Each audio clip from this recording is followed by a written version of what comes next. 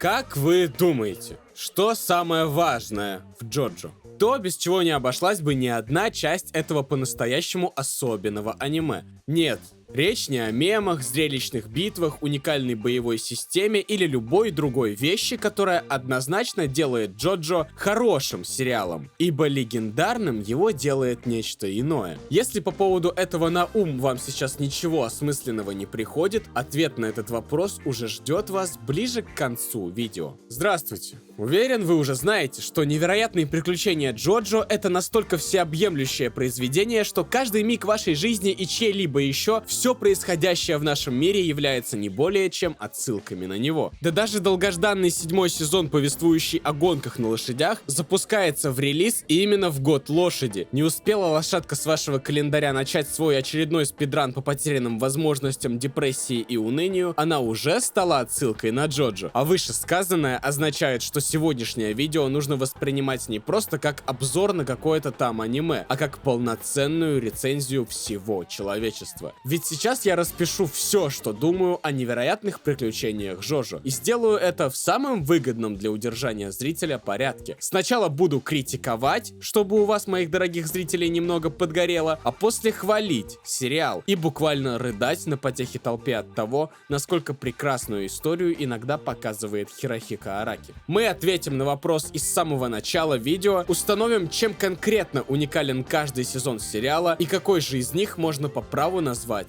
лучшим. Ну, начнем с самого больного. Первая часть Джоджо. Истоки громадной истории, формирование одного из самых запоминающихся злодеев этого аниме. Самая маскулинная часть, повествующая о чести и тех, кто ради власти от нее готов отказаться. О доблести, морали, силе воли. Но, к сожалению, слишком стандартная, модерновая и при этом глуповатая история о принце на белом коне, злом злыдне и принцессе в беде. Поэтому на фоне остальных частей это, рассказывающая о Джонатане Джостере, к сожалению, блекнет. Долго думал, действительно достойна ли она оказаться первой из худших, ведь у нас есть странный и невнятный сезон про Джолин, казалось бы, идеальный претендент, но все-таки я принял решение поставить 6-ю часть выше первой, а почему, узнаете позже. Мне там будет о чем сказать, уж поверьте. А сейчас покопаемся в истории Джонатана и Дио. По последующим сезонам Джоджо видно, что Араки куда ближе другие сеттинги, нежели 19 век в мире аристократии со всем этим джентльменством, вампирами и замками. По этой причине, думаю, мы и наблюдаем прям глуповатую карикатуру на эпоху, освещаемую в сериале, а не ее какое-то интересное осмысление. Карикатурный батя, которого охомутал Дио, самый карикатурный из всех злодей, карикатурно-мужественный и доблестный Джонатан, карикатурный учитель-мудрец Цепели. Но я могу также объяснить, почему Араки именно для первой части своей большой манги выбрал такую простую и понятную каждому основу для сюжета. Ему нужно было показать свой стиль подачи истории, создания и написания персонажей, но сделать это плавно, так, чтобы неосведомленный о сумасшествии, происходящем в голове Араки, читатель или зритель, понял костяк истории и ее персонажей моментально, и это оставило бы ему больше пространства для решения загадки творческого стиля автора. Ибо, чтобы этот стилек переварить, нужно, так скажем, определенное количество времени. Короче, надо было подать что-то уникальное, необычное и странное под видом знакомого и тривиального. Нужно было внедрить читателей в Джоджо. И Phantom Blood с этим справляется. Он закидывает мемов, хоть и карикатурного, но очень фактурного и харизматичного Дио, а также, являясь не слишком длинным, не дает зрителю заскучать и создает благоприятные условия для перехода зрителя к просмотру следующей по хронологии части, которая тоже не будет лучшей в сегодняшнем топе, но содержит в себе она уже куда больше айдентики Джоджо, той айдентики, за которую это аниме и полюбили. А что по поводу нашей собственной хронологии от худших сезонов к лучшим? Следующая часть, о которой мы поговорим, лучше, чем Phantom Blood, думаю, по многим параметрам, но, что парадоксально, тем временем она вызывает в 10 раз больше негативных эмоций. Мужчины, вы задумывались когда-нибудь, каково это быть женщиной? Я задумывался иногда и каждый раз приходил к выводу, что мальчикам жить проще, чем противоположному нам полу. Хотя, конечно, я все равно сомневался в своих выводах. Сомневался до тех пор, пока не посмотрел 6-ю часть Джоджо, пока не оказалось оказалось, что единственный на данный момент сезон одного из любимых мною аниме-сериалов, главной героиней которого является девушка, дочь Куджи Джотара, главного героя третьей части Куджа Джалин, второй худший в сериале. Stone Ocean проиграл всем, кроме инвалида в виде Phantom Blood, истории, которую вообще сложно назвать полноценной частью сериала. Во время просмотра шестой части Джоджо мне было очень скучно следить за историей этих просто максимально средних персонажей, при том, что события, происходящие с ними, я наблюдал впервые, в отличие от событий предыдущих сезонов, которые я перед просмотром шестого пересматривал. Но вовлечен я все равно был куда сильнее в рассказы об итальянской мафии стенд-юзеров или в расследование серийных убийств в маленьком японском городке, нежели в тюремные приключения Джалин. Чтобы заставить зрителя обращать хоть какое-то внимание на главную героиню, автору даже пришлось словно намеренно убрать всех старых персонажей из истории, которые по всей логике должны были бы присутствовать на сцене во время происходящих событий. Нам не дали посмотреть ни на Джоски, ни на Джорна, напоминаю, единственного обладателя реквием-версии стенда, ни на Коичи. Учитывая, что в какой-то момент история заимела мировой масштаб, они обязаны были хоть как-то поучаствовать в борьбе против сумасшедшего, который хочет получить великую силу и сделать хрен знает что, но точно ничего хорошего со всей планетой. Да даже когда сюжет еще был лишь о конфликте Джотара и Пуччи, где были Джоски и Коичи, когда их товарища запечатали? К экзаменам школьным готовились? Все дело в том, что появились бы старые герои в истории про Джалин, ее кандидатура на место главного героя сразу стала бы сомнительной. Даже Джотаро, имеющий в этом сезоне очень мало экранного времени, запомнился мне в сюжете Stone Ocean больше, чем эта скучная женщина, которая не имеет ни единой уникальной и при этом значимой черты характера, которая бы принципиально отличала ее от других Джоджо. Но ничего, у нас все-таки есть другие персонажи, и с ними ситуация становится немного приятнее. Эмпорио интересный малый. Изначально его появление и способность, благодаря которой он скрытно передвигался по всей мапе, минуя охранную систему достаточно строгой тюрьмы, создавали глубокую мистическую атмосферу. Давали нам понять, это место проклято. Джалин не просто так получила свой стенд, он ей еще пригодится, и не только для безопасного проживания в тюрьме. Однако эта мистическая атмосфера в целом быстро улетучивается, потому вытянуть весь Stone Ocean со дна один Эмпорио не смог. Может, сможет кто-то другой? Foo Fighters мил. Было интересно за ним наблюдать. Смерть его была достойной, но не сравнится, наверное, ни с одной смертью в сериале по эмоциональному отклику. Хотя небольшое местечко в моем сердце она найти смогла. Анасуй. Просто норм. Честно сказать особо нечего. Любовная линия с Джалин показалась мне странной, неуместной и по итогу ни к чему не привела. Ну, что-то подводят нас наши друзья. Видимо, спасать Stone Ocean никто не собирается. Но вот мы пришли к истории Weather Report и Пуччи. Думаю, самой лучшей части шестого сезона. Благодаря ей Везер становится по-настоящему трагическим персонажем, который впоследствии несчастья получил настолько сильную и разрушительную способность, что не смог ее контролировать, ведь силы духа и воли к жизни после смерти его любимой, а по совместительству сестры Пуччи и, как оказалось, сестры также самого Везера, в нем почти не осталось. Данная предыстория нашего главного злодея и Везера дает нам в этом сюжете хоть какой-то личный конфликт, чуть улучшая ситуацию Stone Ocean в нашем рейтинге. Но отсутствие убедительного личного конфликта между большей частью наших героев и злодеев все еще не дает протолкнуться ему выше. У Джалин мотивации заниматься тем, чем она занимается, ноль. Она просто вынуждена противостоять Пуччи, чтобы сначала спасти своего отца, а после весь мир. Тем временем мотивация самого злодея заставить всех людей узнать свою судьбу, надеясь на то, что они, узнав о тяготах, которые им предстоит пройти, смирятся и спокойно примут свое будущее. Ведь уже ничего не изменить, а значит и беспокоиться не стоит. Ни единого сомнения у него не промелькнуло в своей идее. Ну ладно, представим, у него такая философия. Хоть она и кажется мне просто глупой, она, возможно, вполне обоснована его прошлым, обоснована трагедией, связанной со смертью его сестры. Дело не в этом. Во-первых, идеи Пуччи на самом деле по большей части не его вовсе. На протяжении всего сюжета единственное, что делает наш главный злодей, это пытается исполнить старый тупорылый план Дио, своего любимого дружочка. А Араки в это время пытается нас убедить в том, что на самом деле у Пуччи есть какая-то идея, своя философия, конце. Ему не просто промыли мозги. Благодаря общению с вампиром он что-то понял. Что-то очень важное. Жаль, кстати, главные герои до самой своей смерти были вообще не в курсе об истинных планах нашего злыдня. А то вдруг еще случайно получился бы хоть какой-то мизерный идейный конфликт между протагонистом и антагонистом, что добавило бы истории немного глубины. Не дай бог, не дай бог. Хотя ладно, думаю, интеллектуальный диалог между худшим злодеем и худшим героем во вселенной Джоджо, даже если бы он адекватно состоялся, все равно был бы примерно такого характера и той же длительности. У меня есть мечта.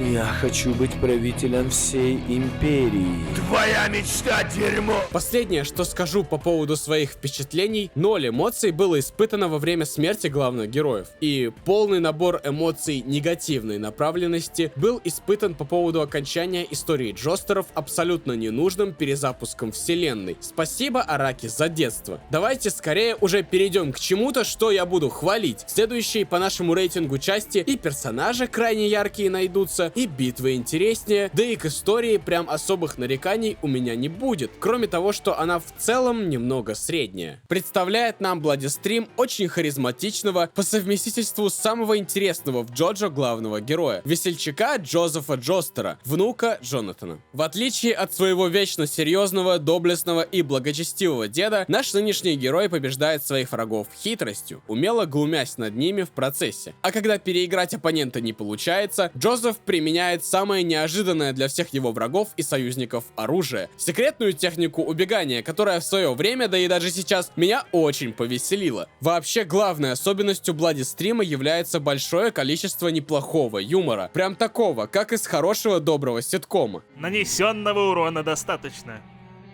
Выдохся. Что касается вас, приготовьтесь.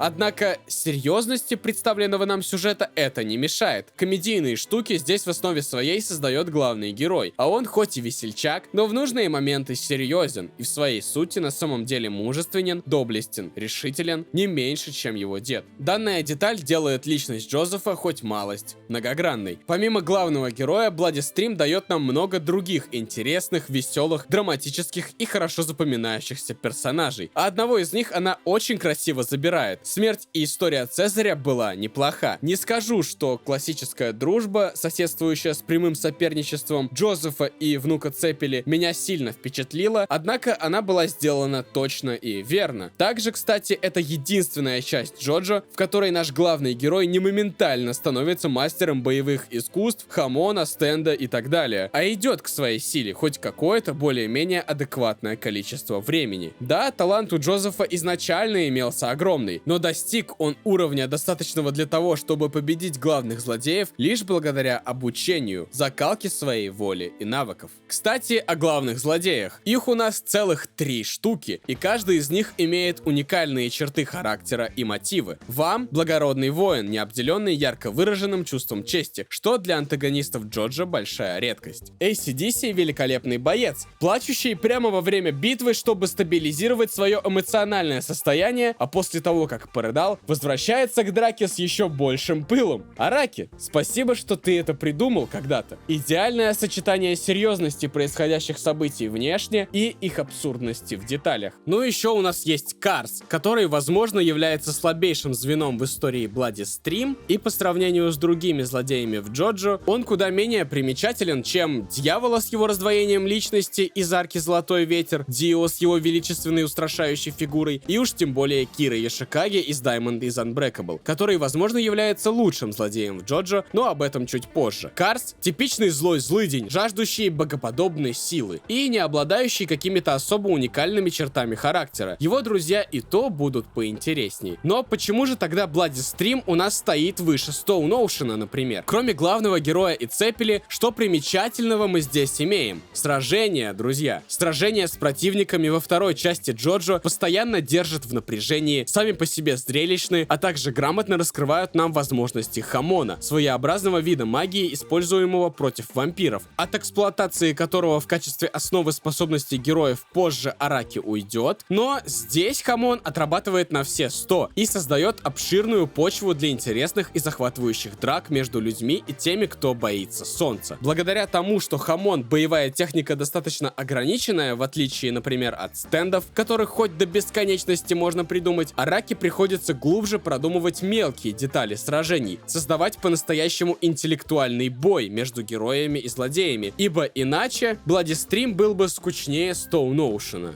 В целом, вторая часть Джоджо дает нам немало всего, но среднего качества на фоне тех, о которых мы будем говорить дальше. Так что, думаю, позиция в середине рейтинга вполне заслуженная. Вот мы и пришли к части в нашем рейтинге, являющейся худшей из лучших. Обоснования такому местоположению Diamond is Unbreakable имеются, причем смещающие его как в одну, так и в другую сторону, ну или в обе одновременно. Например, главный герой. Джоски здесь, несмотря на то, что, судя по месту Diamond в рейтинге, должен быть интереснее Джозефа и менее интересен, чем Джотара, наоборот, не такой харизматичный, как главный герой Bloody Stream, и тем временем чуть бодрее главного героя Stardust Crusaders. У него есть свой шарм и некоторая многослойность. Из всех Джоджо он больше всего похож на школьника, в то время как главный герой Stardust Crusaders из своей школьной формы прямо выпирает из-за своего пафоса. Но в порыве ярости наш малец становится не менее страшен, чем Джотара. В общем, этот пацан мне в целом нравится. Однако, в отличие от главного героя, вот что здесь однозначно лучше, чем в Bloody Stream, так это второстепенные персонажи. Акуясу, Коичи, Рохан, Пришелец, Юкака, повзрослевший Джотара, постаревший Джозеф, Шигечи и еще куча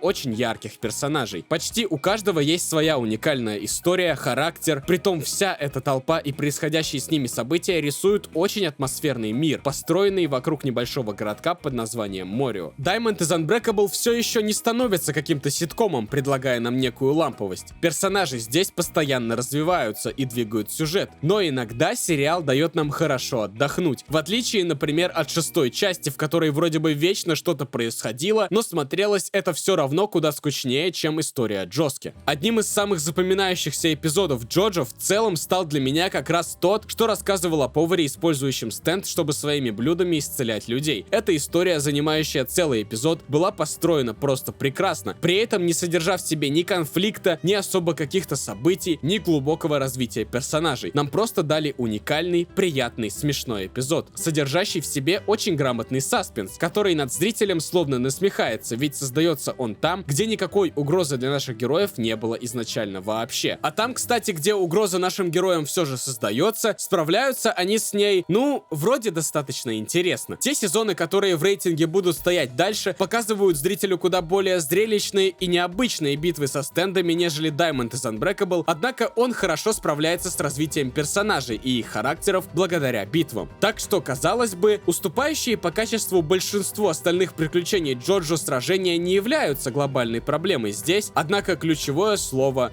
«казалось бы». Финальная битва нашей команды героев с Кирой Йошикаге, главным злодеем Diamond is Unbreakable, исполнена слабо. Однако не торопитесь бросаться помидорами, я говорю лишь о схватке с Кирой, уже имеющим Bite the Dust, самую сильную способность своего стенда. Принцип работы этой способности, то, насколько она казалась сильной, насколько любопытно было узнать, как же наши герои смогут победить временную петлю, создающуюся стендом Киры, не понимая ее условий, очень сильно обнадеживало на получение захватывающих игр разума. Но по итогу Йошикаге, конечно, победили, к этому претензий не должно было быть. Правда, как именно его победили? Возможно, герои смогли умом переиграть Киру, понять, как работает Bite the Dust и как-то обойти его. Ну...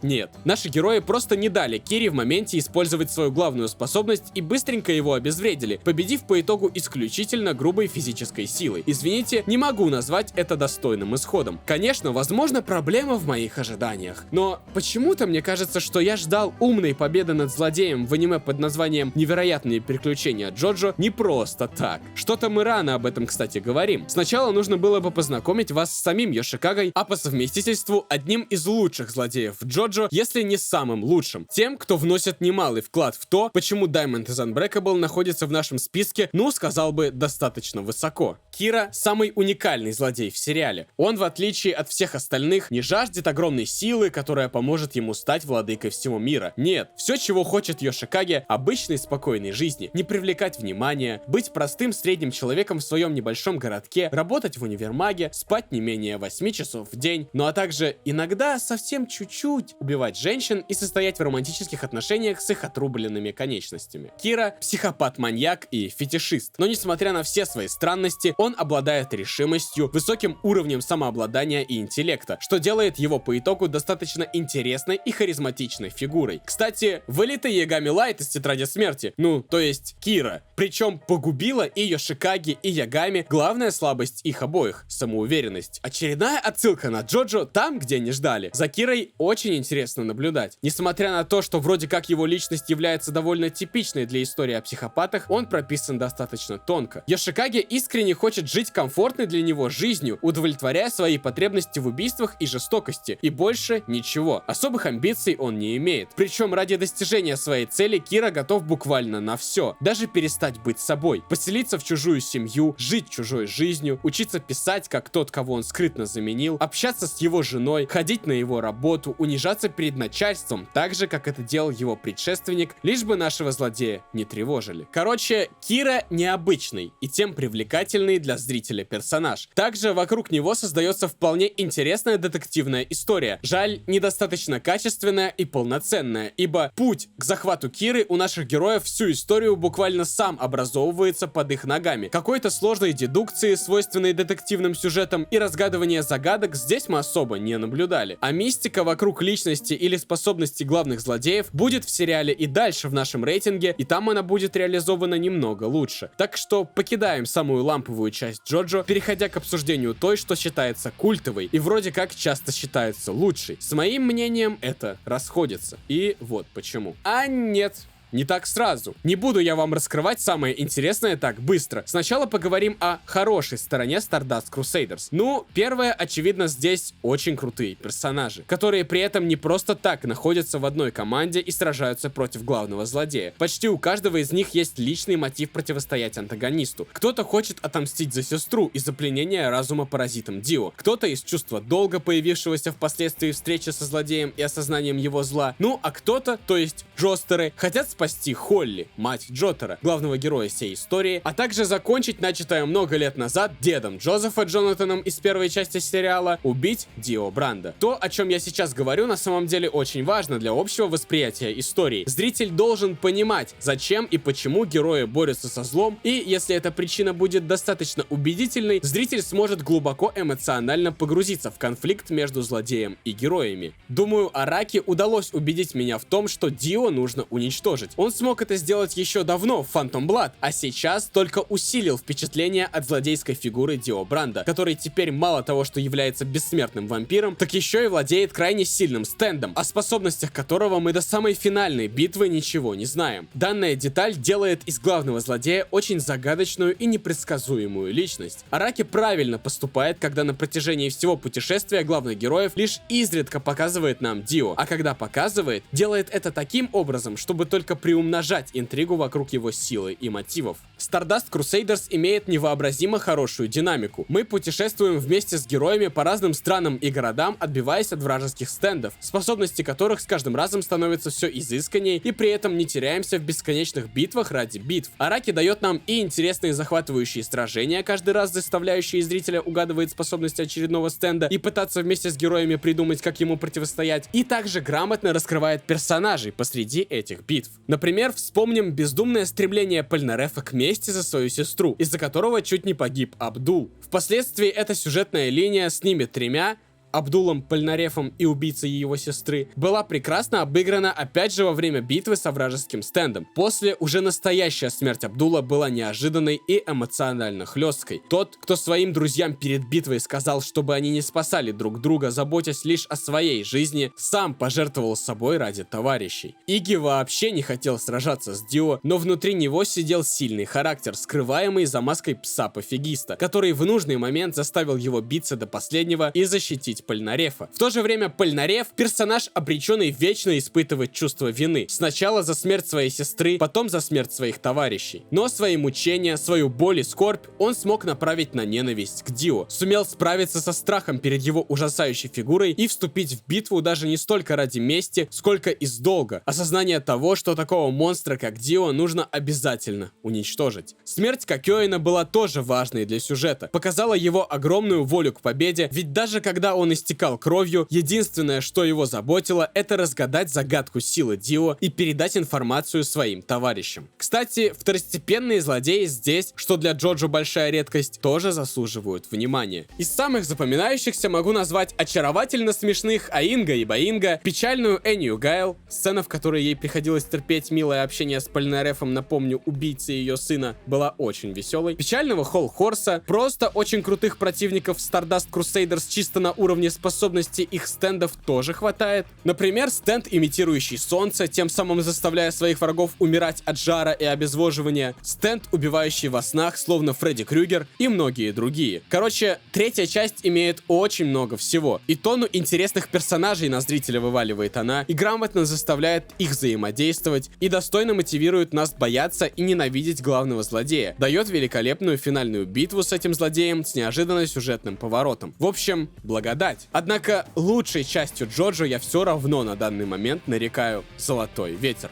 Почему? Узнаете. Сначала нам нужно плавненько прийти к главной мысли, по порядку. Так, здесь у нас есть Джорно, который просто идеален. Спокойный, рассудительный, смекалистый. Имеет сильный стенд, позволяющий излечивать практически любые раны за считанные секунды, и даже свои, в отличие от стенда Джоски. Имеет огромную волю к победе, сделает все ради того, чтобы спасти друзей и уничтожить врагов. Короче, еще чуть-чуть, и он был бы прям Мэри Сью. Джотаро тоже был суперсильным и очень спокойным, но лишь как непробиваемая скала, тупо булыжник. Потому его неразговорчивость и безэмоциональность добавляла в его характер некой искры. Джорно же просто слишком хорош во всем. Не скажу, что это напрочь отрезает любой интерес к нему, но из-за данной детали Джорно вообще не является эмоциональным центром собственной истории, что достаточно печально. На протяжении всего Золотого Ветра я с большим желанием наблюдал за Бучелати, лидером своей небольшой банды, на которого постоянно давит огромный груз ответственности за команду, переживания и боль, за тем, кто имеет силы вести своих людей к цели даже после смерти, даже будучи не полностью уверенным в правильности своих действий, за Мистой, узколобым и жестоким добряком, или даже за Фуга, который отказался следовать за своими друзьями, когда они из-за личных соображений решили предать своего босса после того, как он хотел убить свою родную дочь, просто чтобы не дать возможность через нее рассекретить свою личность. Казалось бы, после этот персонаж пропадает из сюжета, однако своим выбором он придает большую ценность выбору остальных. Да, Фуга не пошел за своими товарищами, но осуждать его на 100% в этом решении трудно, ибо чтобы согласиться идти против босса огромной мафии, обладающего очень сильным стендом и кучей приспешников, нужно быть либо невообразимо смелым, либо ужасно глупым, ну или иметь очень крепкие убеждения. Наш бедолага не был близок ни к одной из этих трех крайностей и своим выбором подчеркнул силу характеров своих товарищей, которые, в отличие от Фуга, даже особо не думая, пошли вслед за Бучелати, вверяя ему свои жизни. Также можем вспомнить очень интересного и уникального для серии Джоджо Абакио, честного человека, которого несправедливость мира заставила пойти не по тому пути, но в конце он все равно пришел к борьбе за благо и умер достойно. Настолько достойно, что от красоты и пронзительности его гибели я даже пустил пару скупых мужских слез. Причем о его смерти я знал, ибо пересматривал сериал, но это не испортило моих впечатлений. Слишком уж хорошо была поставлена сцена с Абакио, который на том свете встречает своего умершего по его вине напарника. Их диалог позволяет упокоиться душе Абакио, а нам понять глубину его переживаний и услышать те вопросы, которые задавал себе он, работая в полиции, видя всю несправедливость закона, судей, своих коллег. Вопросы, из-за которых Абакио однажды сошел с честного пути и подвел товарища. Да не просто подвел, думаю, в голове нашего героя он чуть ли не самолично убил своего напарника тем, что принял взятку у того, кто достоин был заключения под стражу. Извиниться перед другом у Абакио, к сожалению, не удалось. И кто же еще может вынести финальный вердикт о том, хороший ли человек на самом деле наш герой, если не тот самый мертвый коллега, являющийся буквально олицетворением всего светлого, что есть в нашем персонаже? Когда-то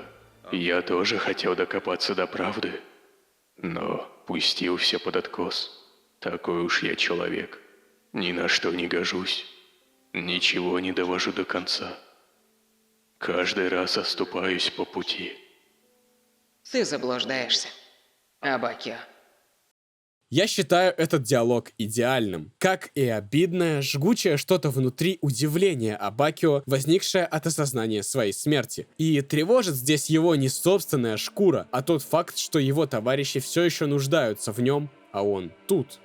Мертвый. Араки показывает это не только сценой из абстрактного загробного мира, но также и тем, что даже перед крайне неожиданной смертью, когда у Абакио оставалось несколько вздохов до вечного забвения, он успел оставить послание друзьям, ибо в тот момент его не волновало ничего, кроме как сыграть свою крайне важную роль в раскрытии личности главного злодея до самого конца. В общем, смерть персонажа 10 на 10. Даже сейчас мельком пересмотрел ее и моментально замурашился с ног до головы. Чуть менее эмоциональной для меня, но не менее трагической и красивой была гибель Наранчи. Наранча просто бедный парнишка, которому не повезло оказаться в мафии. Он жесток и не всегда поступает правильно, да, но лишь потому, что будучи ребенком, он оказался в совсем не детских условиях и перенимал не самые лучшие черты окружающих его людей ради выживания. В глубине души пацаненок добрый и, возможно, заслуживал прожить свою жизнь. Однако не получилось. То, как Джорно своим стендом засадил цветами труп Наранчи, было невообразимо красиво.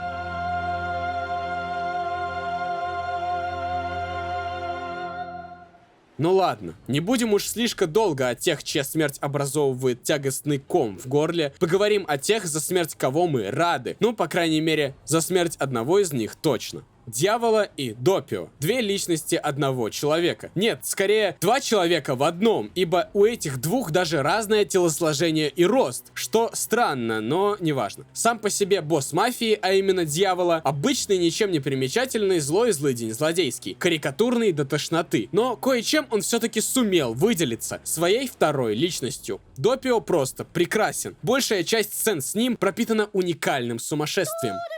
Бро связывается со своей второй личностью через звонок по всему, что найдется под рукой, перед этим имитируя своим голосом рингтон. Если это придумал лично Араки, то он гений. Хотя, о чем я? Это точно придумал Араки. А если где-то еще что-то подобное было до Джоджо, то, как мы все знаем, оно 100% являлось не более чем отсылкой на наш любимый аниме-сериал. Так что, да, Араки точно гений. Допио сильно раскрасил своим появлением Золотой Ветер. Он слабый добренький трус, по сути идеальная вторая личность для Дьявола, жестокого и беспринципного злодея, который манипулирует своим младшим братом по разуму и держит его в неведении по поводу всего происходящего, просто пользуется им как марионеткой. Однако Допио до самого конца был верен боссу, так и не узнав ничего ни о себе, ни о Дьявола. Если вы будете там, босс, то победа точно за нами. Но мне так одиноко. Босс. В общем, жаль его. А Дьявола, наоборот, думаю, досталось по заслугам. Реквием-версия стенда Джотара обрекла его находиться в вечном цикле смерти, погибая раз за разом от всего подряд. Красивая смерть, которая полностью соответствует тому накалу пафоса, создавшемуся вокруг полученного Джорно реквиема. Вот вроде мы и персонажей разобрали, и поплакали, и поняли интересные особенности главного злодея. Только недостаточно убедительно, согласитесь? Как будто чего-то не хватает, самого важного. Главной причиной обсуждения Золотого Ветра в амплуа лучшей части Джоджо. Не хватает того, что принципиально отличает эту арку от всех остальных. И я скажу вам, что именно. Здесь, в «Золотом ветре», наши герои ярче всего показывают важнейшие для героев Джоджо качества: свою стойкость, решимость и веру в свои принципы. А все потому, что в данной истории у них есть выбор: идти против главного злодея или нет. Здесь они не защищаются, они нападают, развивая глубоко личный конфликт с антагонистом, но вступление в который они решаются лишь благодаря собственной воле, не получая никаких дополнительных причин, кроме как выражения этой воли. В отличие от Джотара, мать которого погибала из-за Дио, и если бы он не выступил против него, потерял бы самую важную женщину в своей жизни. В отличие от Джозефа, который спасал целый мир, подобная ситуация сложилась и у Джонатана, Джоски и особенно у Джолин. Все эти герои тоже имели несокрушимую решительность, сильный дух и волю, но куда более яркими и настоящими эти качества оказались именно у героев «Золотого ветра», что и делает данную историю лучшей, по крайней мере лично для меня. А вам следует решить это самим. Обязательно возвращайтесь сюда, на мой канал, из названия которого я надеюсь когда-нибудь вырасту, а может и уже вырос, за новыми видео обо всем глубоком и интересном в мире мультипликации, кино и игровой индустрии. А ради сообщества любителей всего этого подписывайтесь на телеграм-канал. Всем и себе желаю иметь такую же решительность и смелость, как у героев невероятных приключений Джоджо. А мне еще есть что сказать, но лучше в следующий раз.